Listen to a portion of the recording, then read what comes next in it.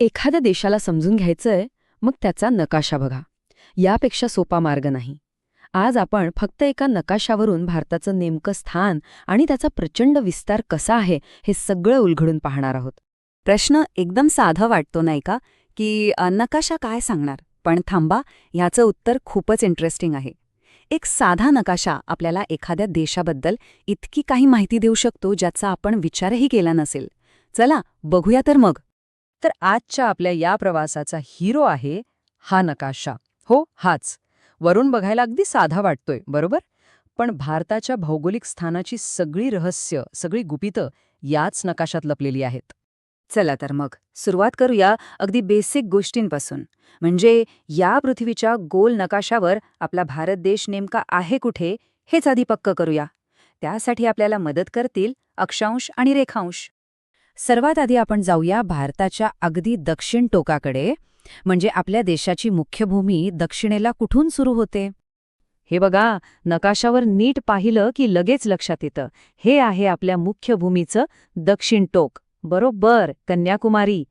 8°4' उत्तर. आता हा फक्त एक आकडा नाहीये, हे आहे आपल्या मुख्य भूमीचं दक्षिण टोक. आणि हो, इथं उत्तर हा शब्द खूप महत्वाचा आहे. का? कारण या एका शब्दामुळे आपल्याला कळतं की भारत विषुववृत्ताचा म्हणजे इक्वेटरच्या उत्तरेला आहे. बरं, आता दक्षिणेकडून थेट उत्तरेकडे उडी मारूया, म्हणजे एकदम विरुद्ध दिशेला. भारताची उत्तर सीमा कोणत्या अक्षांशावर आहे ते पाहूया. नकाशाच्या अगदी टोकावर वरच्या बाजूला बघा, तिथे आपल्याला दिसते देशाची उत्तर सीमा. हो, लडाखमधली. आणि हा आकडा आहे 37°6' उत्तर. म्हणजे विचार करा, दक्षिणेला 8° आणि उत्तरेला 37°. यावरून एक गोष्ट तर 100% पक्की होते, आपला भारत देश पूर्णपणे उत्तर गोलार्धात आहे. ओके, तर उत्तर दक्षिण झालं. आता वळूया पूर्व पश्चिम विस्ताराकडे. आधी बघूया देशाची सगळ्यात पश्चिम सीमा कुठे आहे. नकाशाच्या डाव्या बाजूला पाहिलं की गुजरात दिसतं. इथेच आहे भारताची पश्चिम सीमा. आणि ही रेषा बरोबर त्या सीमेवरूनच जाते. 68°60' पूर्व. इथेही पूर्व हा शब्द महत्वाचा आहे, कारण याचा अर्थ असा होतो की भारत मूळ रेखावृत्ताच्या म्हणजे प्राईम मेरिडियनच्या पूर्वेकडे आहे. हे आहे गुजरातमध्ये असलेलं आपलं पश्चिम टोक. चला, आता आपल्या ह्या दौऱ्याचा शेवटचा बिंदू. भारताची सगळ्यात पूर्वेकडची सीमा कोणती असेल बरं? यासाठी आपल्याला जावं लागेल नकाशाच्या अगदी उजव्या बाजूला, अरुणाचल प्रदेशमध्ये. ही बघा, ही रेषा भारताची पूर्व सीमा ठरवते. आणि हा विस्तार पोचतो 97°25' पूर्व रेखांशापर्यंत. म्हणजे पश्चिमेला 68° पूर्व आणि पूर्वेला 97° पूर्व. यावरून काय सिद्ध झालं की भारत पूर्णपणे पूर्व गोलार्धात आहे. आता सगळे एकत्र जोडून पाहूया. अक्षांशानुसार उत्तर गोलार्धात आणि रेखांशानुसार पूर्व गोलार्धात. सोप्या भाषेत सांगायचं तर भारताचं स्थान आहे उत्तर पूर्व गोलार्धात. एकदम परफेक्ट. बरं, तर आता भारताचा पत्ता तर आपल्याला मिळाला, पण आपला देश किती मोठा आहे, म्हणजे त्याचा आकार किती आहे? चला आता ते मोजून बघूया. उत्तरेला बर्फाच्छादित हिमालयापासून ते थेट दक्षिणेला कन्याकुमारीच्या समुद्रापर्यंत ही उत्तर दक्षिणे लांबी आहे तब्बल 3214 किलोमीटर. विचार करा केवढं मोठं अंतर आहे हे.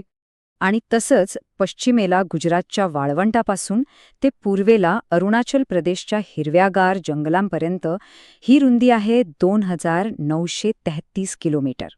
हे आकडे जेव्हा आपण नकाशावर बघतो तेव्हा आपल्या देशाच्या भव्यतेची खरी कल्पना येते. आणि एक गंमत बघा, भारताचा उत्तर दक्षिण विस्तार हा पूर्व पश्चिम विस्तारापेक्षा जवळपास 300 किलोमीटरने जास्त आहे. आता एवढा मोठा पूर्व पश्चिम विस्तार आहे म्हणजे एक गोष्ट तर नक्की की देशाच्या वेगवेगळ्या भागांमध्ये सूर्योदय आणि सूर्यास्ताची वेळ वेगवेगळी असणार. मग विचार करण्यासारखी गोष्ट आहे की संपूर्ण देशात सगळ्यांच्या घड्याळात एकच वेळ कशी काय असते. आणि या प्रश्नाचं उत्तर खूप महत्वाचं आहे. जरा कल्पना करा, जर प्रत्येक शहराने स्वतःची वेगळी वेळ वापरायला सुरुवात केली तर काय होईल? रेल्वे, विमानसेवा, ऑफिस सगळीकडे केवढा मोठा गोंधळ उडेल नाही का? या समस्येवरचं उत्तर पुन्हा एकदा ह्याच नकाशात लपलेलं आहे. ही मधोमध जाणारी तुटक रेषा दिसते का? हे आहे 82°30' पूर्व रेखावृत्त. आणि ह्याच रेषेवरची जी वेळ आहे तिलाच संपूर्ण देशासाठी भारतीय प्रमाणवेळ किंवा इंडियन स्टँडर्ड टाइम म्हणून स्वीकारलं गेलं आहे. आणि यातली सगळ्यात इंटरेस्टिंग गोष्ट माहितीये काय? पूर्वेकडच्या गुवाहाटीमध्ये सूर्योदय झाल्यानंतर जवळपास 2 तासांनी पश्चिमेकडच्या जैसलमेरमध्ये सूर्योदय उगवतो.